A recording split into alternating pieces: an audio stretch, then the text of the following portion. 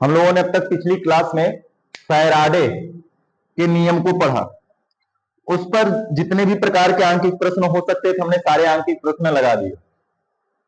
अब बच रहा है आगे पढ़ने के लिए हम लोगों के लिए फैराडे के नियम से पहले हमने हेडिंग लिखाया था, याद करो, वैद्युत अपघट्य पदार्थ। देखो लिखाया था कि नहीं? वैद्युत अपघट्य पदार्थ लिखाया था हमने। इलेक्ट्रोलाइट इसको कहेंगे। इसको क्या कहेंगे? इलेक्ट्रोलाइट। मतलब ऐसे पदार्थ जिनको हम जल या जल जैसे किसी विलायक में घोले, अब घुलने के बाद वह दो विपरीत आयन में क्या हो जाए? टूट जाए, प्लस और माइनस में। तो उस क्रिया को हम, उस पदार्थ को हम क्या कहते हैं? वैद्युत अपघट्य पदार्थ कहते हैं। अब बात की जाएगी वैद्युत अपघटन। वैद्युत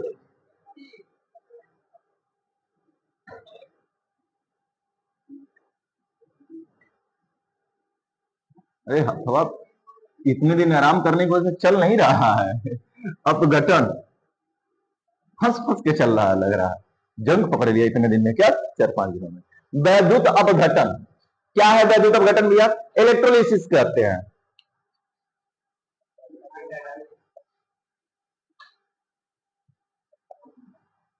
इलेक्ट्रोलिसिस, इलेक्ट्रोलाइट और इलेक्ट्रोलिसिस। लिसिस का मतलब होता है तोड़ा जाएगा। क्या किया जाएगा? इसको तोड़ा जाएगा। कहा जाएगा वे पदार्थ, वे पदार्थ जिनके जलीय विलयन में विद्युत धारा प्रवाहित करके, क्या करके? विद्युत धारा प्रवाहित करके उनका अपघटन कराया जाता है। जब किसी वैद्युत अपघट्य पदार्थ के विलयन में या किसी पदार्थ के विलयन में विद्युत धारा प्रवाहित करके उनका अपघटन कराया जाए। अपघटन मतलब क्या किया जाए? उनको तोड़ा जाए। तो उस क्रिया को क्या कहते हैं? वैद्युत अपघटन कहते हैं। देखो देखो किसी पदार्थ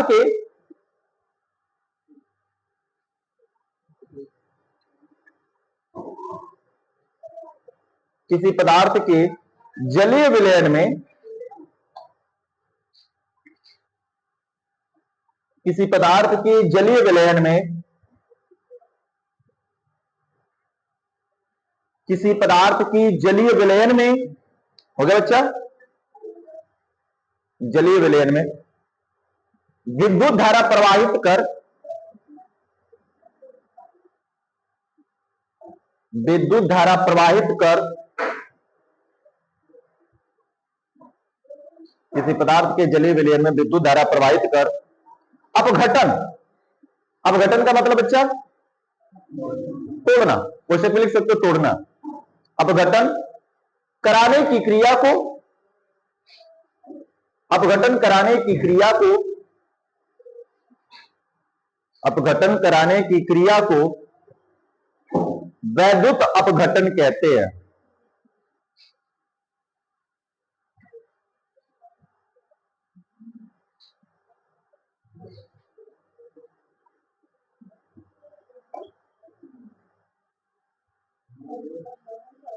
हाँ, वैद्युत अपघटन कहते हैं।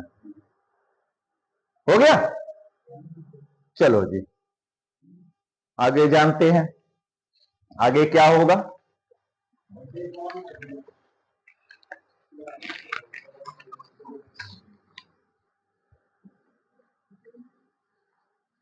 अब देखो हमने बताया था उस दिन कि वैद्युत अपघट्य पदार्थ दो प्रकार के होते हैं जी। कितने प्रकार के होते हैं? दो प्रकार के। एक दुर्बल होते हैं और एक क्या होते हैं? प्रबल।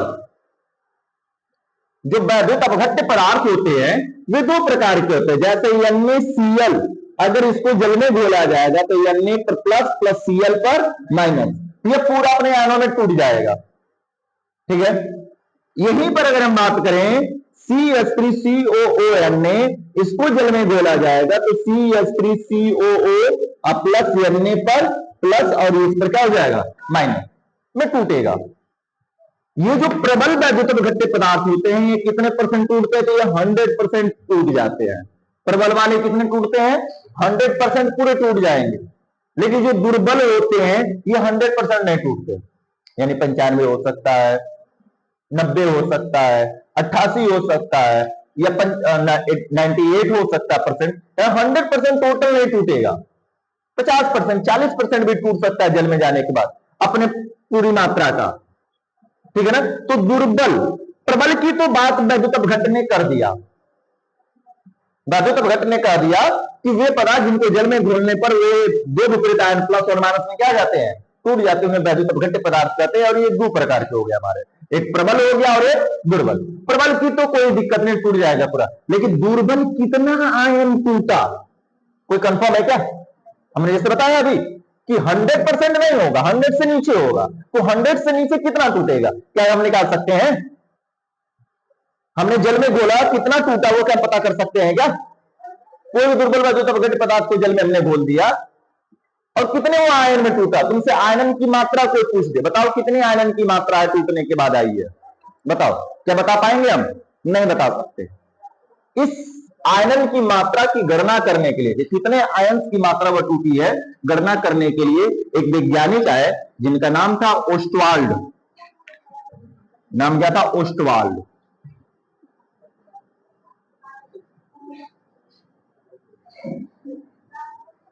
ओस्टवाल्ड का तनुता नियम, ओस्टवाल्ड का तनुता नियम, ठीक है।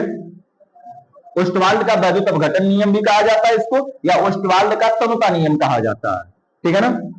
या दुर्बल वैद्युत अपघट्ट पदार्थ के लिए ओस्टवाल्ड का नियम, दुर्बल, देखो पेपर में कई तरीके से पूछ सकते हैं, इसलिए सभी तरीका जानना जरूरी है। दुर्बल वैद्युत अपघट्य पदार्थ के लिए ओस्टवाल्ड का नियम, हालांकि परिभाषा में तो लिखाया जाता है, लेकिन कभी कभी पेपर में पूरा इस तरीके से दे देता है कि दुर्बल वैद्युत अपघट्य पदार्थ के लिए ओस्टवाल्ड का नियम लिखिए। क्या हुआ?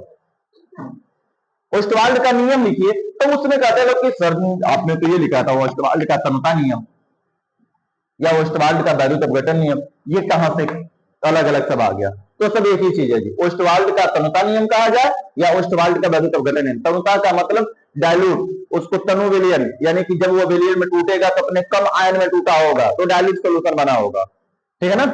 ओस्टवाल्ड का वैद्युत अपघटन नियम भी कहा जाता है इसको। तो चलो हेडिंग लिखो फटाफट,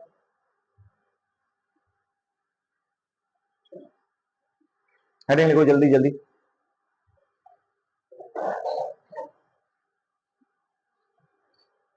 सब एकदम आराम से आ रहे हैं सब।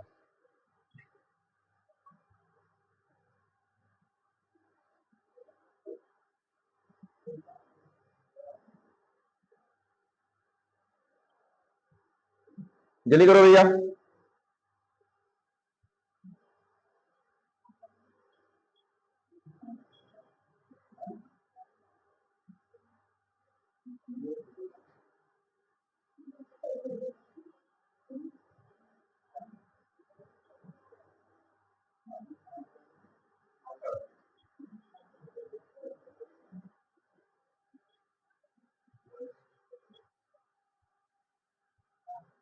फटाफट फटाफट, हो गया हेडिंग?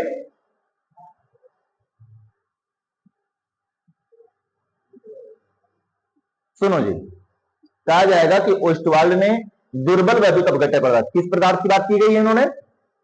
दुर्बल वैद्युत अपघट्य पदार्थ की आयनन की मात्रा को स्पष्ट करने के लिए इन्होंने एक नियम दिया था। कोई कहे कि ओस्टवाल्ड ने किस लिए नियम अपना प्रस्तुत किया, तो केवल एक ही बात है, किसकी मात्रा? आयनन की मात्रा ज्ञात करने के लिए कि दुर्बल वैद्युत अपघट्य पदार्थ कितने आयंस में टूट रहे हैं, उनकी मात्रा की गणना करने के लिए इन्होंने नियम दे डाला। नियम क्या था? बहुत इजी था।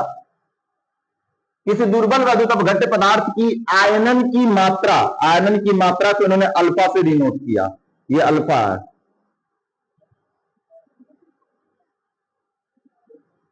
आयनन की मात्रा अल्फा इसकी तनुता, तनुता क्या होता है? तो जब इसको घोला गया होगा किसी टब में, तो ये डाइल्यूट तो किया गया होगा ना। डाइल्यूट मतलब कितना ये हल्का बनाया गया, फीका, कितना गाढ़ा यह सोल्यूशन बनाया गया, उसका आयतन। तनुता का मतलब आयतन से ही रिलेटेड है। अब हम तुमसे पूछे कि कितना फीका ये, कितना मीठा यह रस है, तो कहोगे बहुत मीठा है। अगर कितना फीका है तो बहुत ज्यादा फीका। फीका का मतलब कि उसमें कितना पानी की मात्रा अधिक है और उसमें चीनी की मात्रा बहुत ही कम है। चीनी की मात्रा कम हो गई और पानी की मात्रा अधिक, तो वह विलयन कैसा कहलाएगा? तनु कहलाएगा ना, हल्का कहलाएगा, फीका कहलाएगा।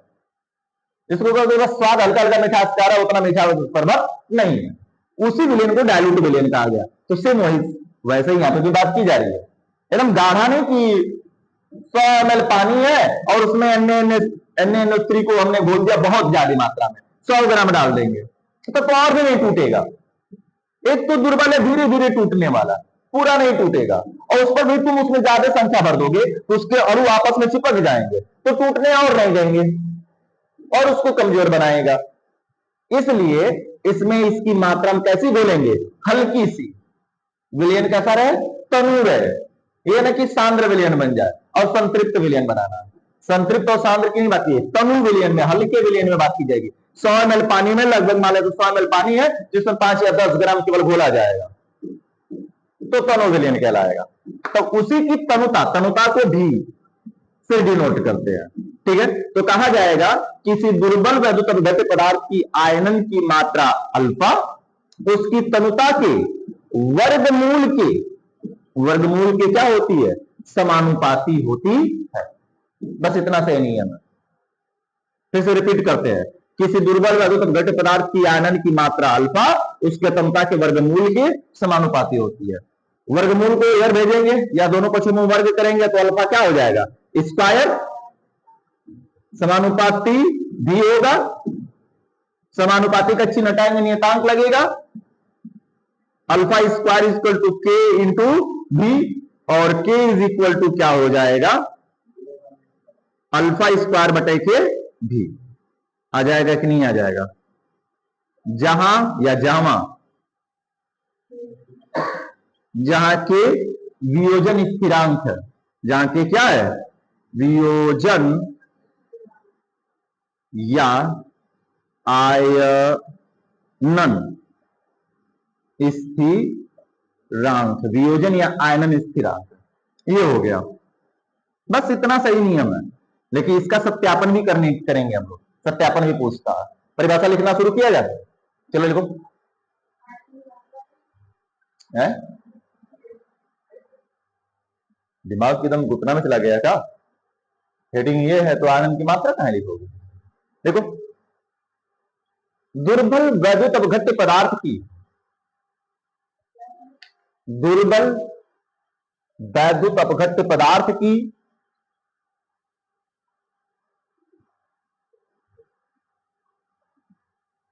दुर्बल वैद्युत अपघट्य पदार्थ की, तुम लोग बैग में चूहा भर के लेकर आ रहे हो का? तुम्हें लोगों से बैग से तो निकल के भागा है उधर से? कौन ठीक है तुम लोगों का?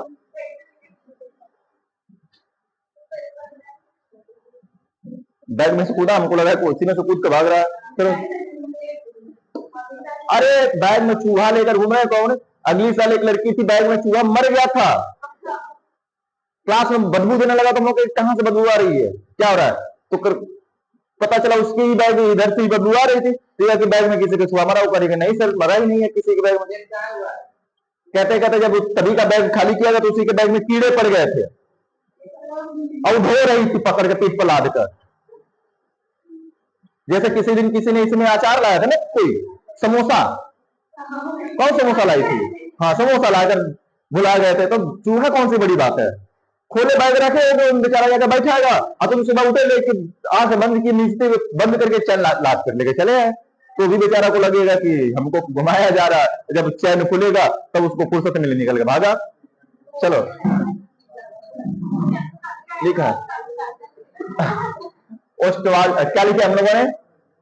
दुर्बल वैद्युत अपघट्य पदार्थ की आयनन की मात्रा को स्पष्ट करने के लिए, आयनन की मात्रा को स्पष्ट करने के लिए दुर्बल वैद्युत अपघट्य पदार्थ की आयनन की मात्रा को स्पष्ट करने के लिए ओस्टवाल्ड ने एक नियम प्रस्तुत किया।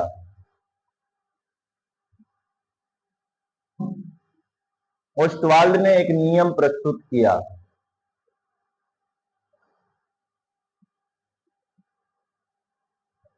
ओस्टवाल्ड ने एक नियम प्रस्तुत किया। इनके अनुसार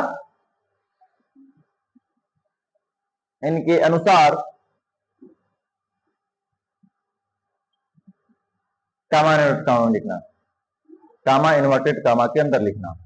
बोला जाए किसी दुर्बल वैद्युत अपघट्य पदार्थ की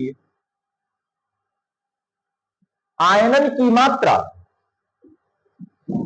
किसी दुर्बल वैद्युत अपघट्य पदार्थ की आयनन की मात्रा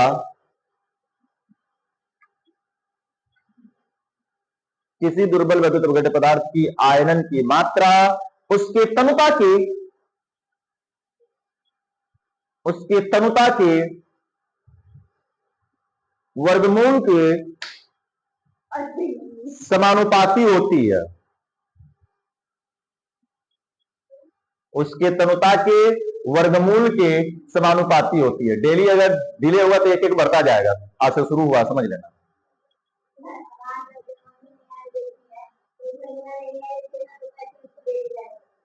हो गया?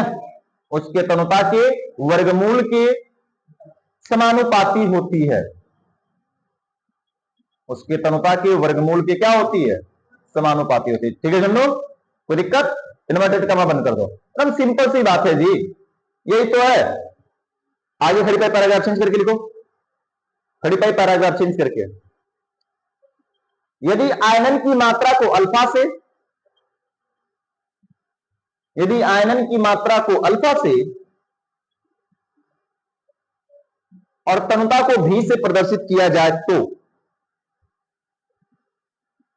यदि आयनन की मात्रा को अल्फा से और तनुता की मात्रा को भी से प्रदर्शित किया जाए तो,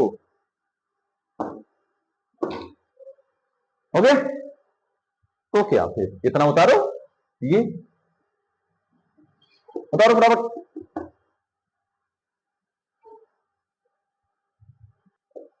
पेपर में आता है कि ओस्टवाल्ड के तनुता के नियम का सत्यापन कीजिए। यह जो नियम है कि आयनन की मात्रा उसकी तनुता के वर्गमूल के समानुपाती होती है, इसका सत्यापन कीजिए। चलो देखते सत्यापन करते हैं।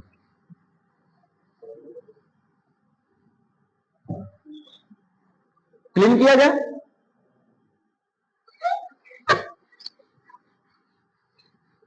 बोर्ड अरविंद सर जी के रंग का कैसा हो गया?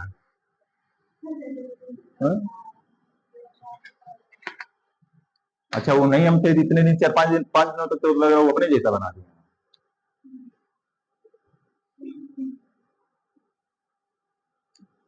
माना कोई दुर्बल वैद्युत अपघट्य पदार्थ, माना कोई दुर्बल वैद्युत अपघट्य पदार्थ कैपिटल एक्स वाई है, तो एक्स वाई है तो क्या होगा? अपघटन कराया जाए इसका। ये भैया क्या कराएंगे हम इसका? अपघटन। और अपघटन क्या जब कराया जाएगा तो एक्स और वाई किसी यौगिक का नाम है, मान लेते एक्स वाई कोई यौगिक है, इसका अपघटन करा रहे हैं।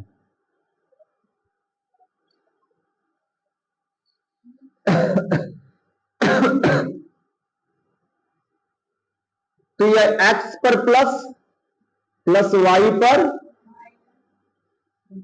माइनस में टूट जाएगा। ठीक है ना? प्रारंभिक सांद्रता T बराबर 0 पर, बड़ी ध्यान से समझना, हालांकि अगले लेसन में यही सब बातें ही की जाएंगी ऐसी जो आप हम लिख रहे हैं। हम करें कोई एक पदार्थ हमने लिया था, शुरुआत में, ठीक है ना। अभी हमने कहा कि जैसे अरबी से 20 रोटी लिए हैं, अभी थाली में सब कुछ खाना वैसे परोसा गया, 20 रोटी लेकर बैठे हैं, कहां दिमाग है ना,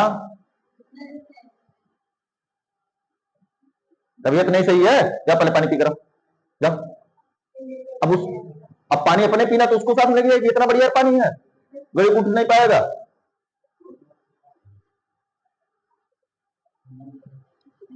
अभी रोटी सब कुछ वैसे रखी गई है और कोई कहे कि कितना खाना बचा हुआ, T0 है, तो क्या कहोगे?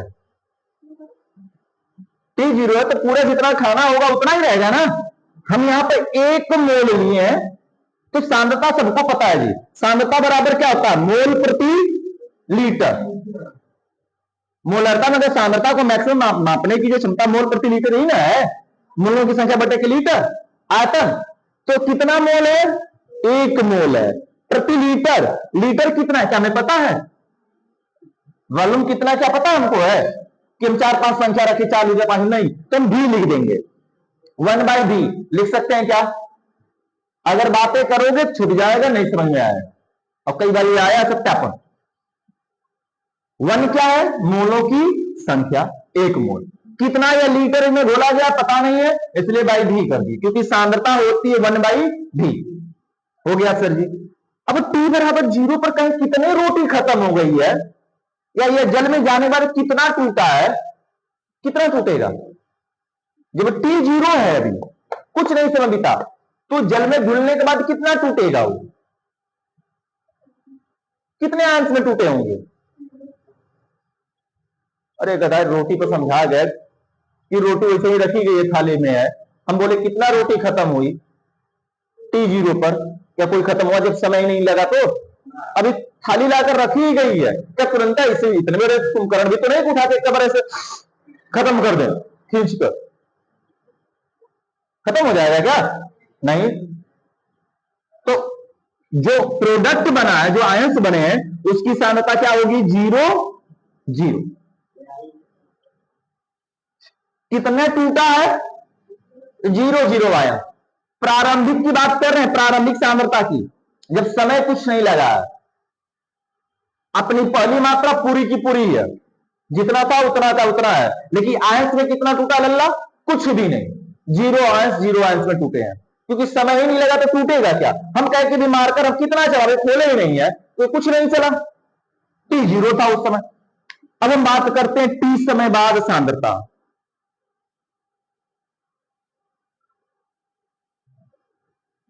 T समय बाद सांद्रता। T समय का मतलब बच्चा, T समय का मतलब जब सांद्रता फिक्स, आयतन फिक्स है तो उसे समय भी फिक्स नहीं है। 2 मिनट, 4 मिनट, 5 मिनट, 2 घंटा, 2 दिन, 4 दिन, 5 दिन, T कुछ भी हो सकता है ना। कितने आयंस टूटेंगे क्या हमें कोई पता है? हमने शुरू में बता दिया कि दुर्बल वैद्युत घट पदार्थ का परसेंटेज नहीं पता हमको है। अगर प्रबल होता तो कितना टूटता? 100%। अब दुर्बल है तो 100% से कितना होगा? नीचे। तो कितना टूटेगा क्या हमें पता है? नहीं। तो उसकी आयनन की मात्रा क्या मानी जाएगी? Alpha ions. कितना आयन टूटे होंगे? अल्फा। और ये भी कितना आयन टूटा होगा? अल्फा। आयनों की संख्या, आयनन की मात्रा को किससे हमने माना है? अल्फा से। अल्फा आयंस और अल्फा आयंस टूटे होंगे, और सांद्रता है तो प्रति क्या लगाना पड़ेगा? भी, और बाई भी लगाना पड़ेगा, यही ना जी, कि अल्फा आयंस में टूटे होंगे दोनों के दोनों। अब 10-10 आयन होंगे, 10-10 लगाएंगे, 5-5 होंगे, 5-5 लगाएंगे, जितना टूटेगा उतना लगाएंगे अल्फा, जितना समय लगेगा उतना समय लगाएंगे। अब तुमसे कोई पूछे कितना बचा होगा बताओ, हमने कहा कि 20 रोटी दी गई उनको खाने के लिए, 4 मिनट के बाद, 4 मिनट के बाद उन्होंने 8 रोटी खत्म कर दी, बची कितनी है? 20 में से 8 खत्म कर दोगे तो 16 बचेगा, 12 घटाना तो हो गए पास केमिस्ट्री में। 20 में से 8 घट रहा तो भैया 16 बच रहा है। क्लियर हुआ जी? तो बताओ यहां पर क्या करेंगे हम? कितना आयन बचा, कितना सांद्रता बची, कैसे पता करेंगे? हम इस प्रारंभिक वाले में से जितना टूटा है, जितना खा गया है, उतना घटाएंगे ना। यानी 1/v में से हम क्या घटाएंगे? 1/, अरे अल्फा बाई भी, अल्फा बाई भी को घटा देंगे, तो जो बचेगा वो बची हुई सांद्रता कहलाएगी ना। तो बची हुई सांद्रता का मतलब कि सर जी बाई भी हो गया, 1 माइनस क्या हो जाएगा? अल्फा। तो बचेगा कितना? 1 माइनस अल्फा बटा के भी बचेगा। यह बची हुई सांद्रता होगी।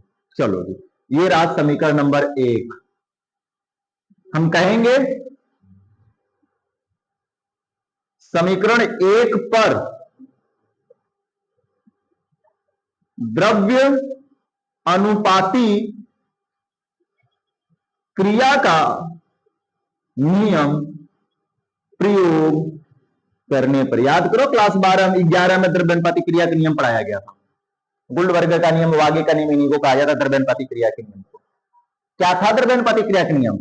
किसी अभिक्रिया का जो स्थिरांक है, साम्य स्थिरांक, वह उत्पाद की सांद्रताओं के गुणनफल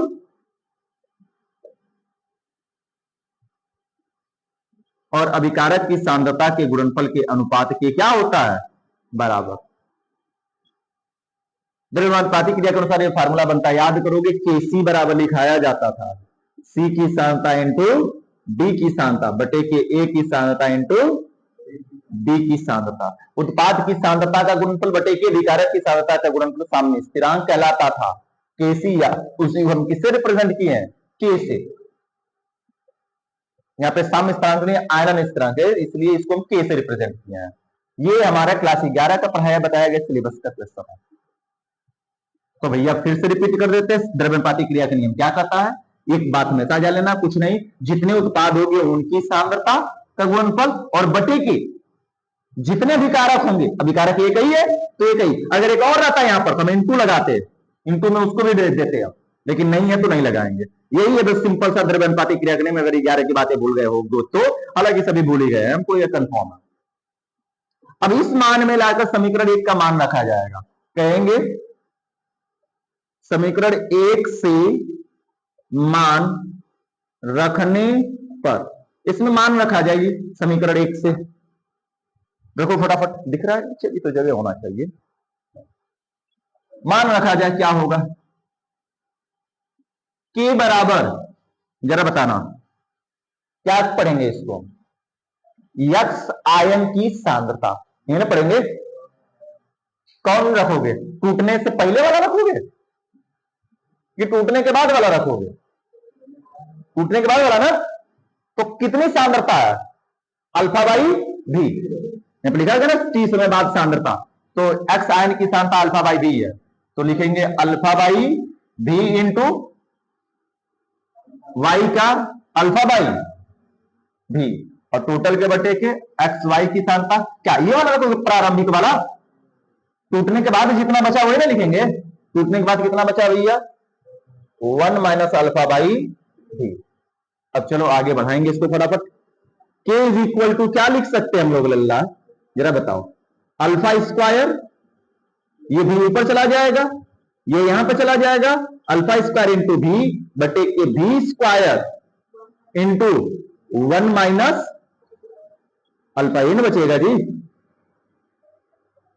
एक बी से एक बी कैंसिल हो गया, तो क्या बचेगा? K is equal to alpha square बटे के भी इंटू 1 माइनस अल्फा। अब एक बात बताना, अगर उन्होंने किसी व्यक्ति को 20 रोटी दे दी गई खाने के लिए और घटन में मात्र एक वो खाए, दुर्बल आदमी है, कमजोर आदमी है, ज्यादा नहीं खाने वाला, किसी ने मारे जबरदस्ती ले लिया, खा लिया, तुम गाले पर खरिया भर के दे दिया, वो आदमी से जैसा भुक्खड़ नहीं निकला। ये दुर्बल की पहले से बात की जा रही है, ठीक है? उसने मात्र एक रोटी खाया, तो कहें कितना खर्च हुआ, अपघटन कितना हुआ, जरा बताओ कितना बचा रह गया? बचा हुआ क्या कहोगे? तो कूले बचे नहीं, अगर 20 में से एक खत्म होगा क्या कहोगे? कूले बचे रहेगा ना। अगर एक देते, सेंटेंस वाला समय ना, पूरा दिए, खर्च हुआ एगो, 20 रोटी में से एक रोटी खर्च हुई, तो नगण्य माना जाता है, पूरे बच गया खाना, कुछ ना खर्चा बढ़। लेकिन एक ही दिए खाने के लिए, एक खत्म हो जाए तो कहोगे पूरा खत्म खाना हो गया।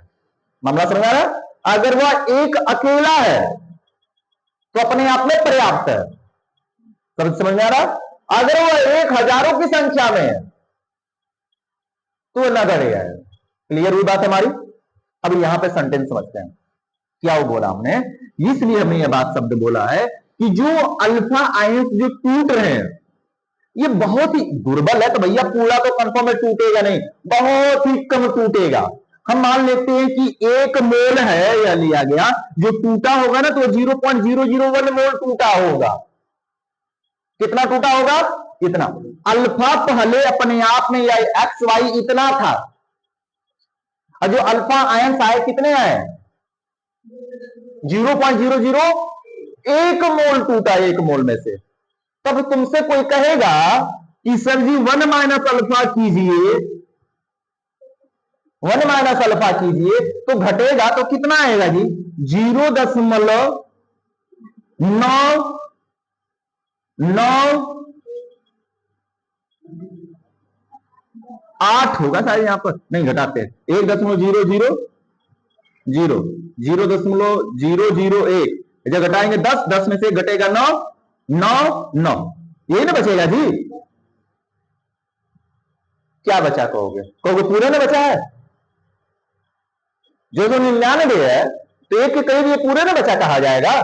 तो अतः अगर ये अकेला रहता, इतना केवल यही रहता तो हाँ टूटा है, इतना आयंस है। लेकिन एक की तुलना में देखा जाए तो यह बहुत कम। जैसे हमने बोला कि अगर 20 रोटी में से एक खत्म हो रही है तो नगण्य है, हम पूरे की पूरी है। लेकिन अगर एक अकेला है, केवल वही 20 रोटी अपने आप में, एक ही रोटी है तो अपने आप में पूरी मानी जाएगी, खत्म हो गई। तो वैसे ही केवल यह अपने आप में अल्फा है। अब ये नहीं कि सभी इसको भी कर दीजिए खत्म 0, नहीं, यहां पे हम कहेंगे अतः जो अल्फा है वो बहुत ही छोटा कितने से? 1 से। 1 से क्या है? बहुत ही छोटा है। इसलिए 1 से बहुत छोटा है, इसलिए हम बात करेंगे 1 माइनस अल्फा में। इसमें बात करेंगे लल्ला 1 माइनस अल्फा में, ये नहीं कि ऊपर अल्फा। अगर 0.001 है तो ये अपने आप में है, लेकिन 1 माइनस अल्फा में अल्फा लगभग कितने के बराबर होगा? 0 के बराबर होगा, नगण्य के बराबर होगा। तो यह मान यहां पर रख देंगे। तो k is equal to alpha square बटे के भी इंटू 1 माइनस 0। तो क्या हो जाएगा भैया, जरा बता देना हमको। k is equal to alpha square बटे के कितना? भी का त्रिय गुणा कर दो जी, गुणा कर देंगे क्या हो जाएगा? भी इधर चला जाएगा, हम कहेंगे alpha square is equal to k into भी होगा। सर जी होगा कि नहीं होगा? भी इधर चला जाएगा, के इंटू भी। अब आगे जरा एक बात हमें बताना, ये स्थिरांक है ना, समानुपाती का चिन्ह हटता तो स्थिरांक लगता है, ये नहीं है ना? समानुपाती का चिन्ह हटाते तो क्या लगाते हैं? स्थिरांक। तो स्थिरांक को हटाएंगे तो क्या लगाएंगे? समानुपाती का चिन्ह लगाएंगे। यानी सर जी अल्फा स्क्वायर समानुपाती भी, यही ना होगा? स्क्वायर को उधर भेज देंगे तो क्या हो जाएगा? अल्फा, ये बार डी अल्फा, ये तो समानुपाती होगा और रूट में क्या हो जाएगा? भी। क्या आ गया ओस्टवाल्ड का नियम कि आयनन की मात्रा उसके तनुता के वर्गमूल की क्या होती है? समानुपाती होती है। अतः यहां पर अतः सत्यापन हो गया। अतः क्या लिखना? अतः ओस्टवाल्ड का नियम सत्यापित होता है, लास्ट में लिख लो अतः ओस्टवाल्ड का नियम क्या होता है? यहां पर सत्यापित। कठिन था मामला जी? एकदम सब आसान है, कर लो फटाफट।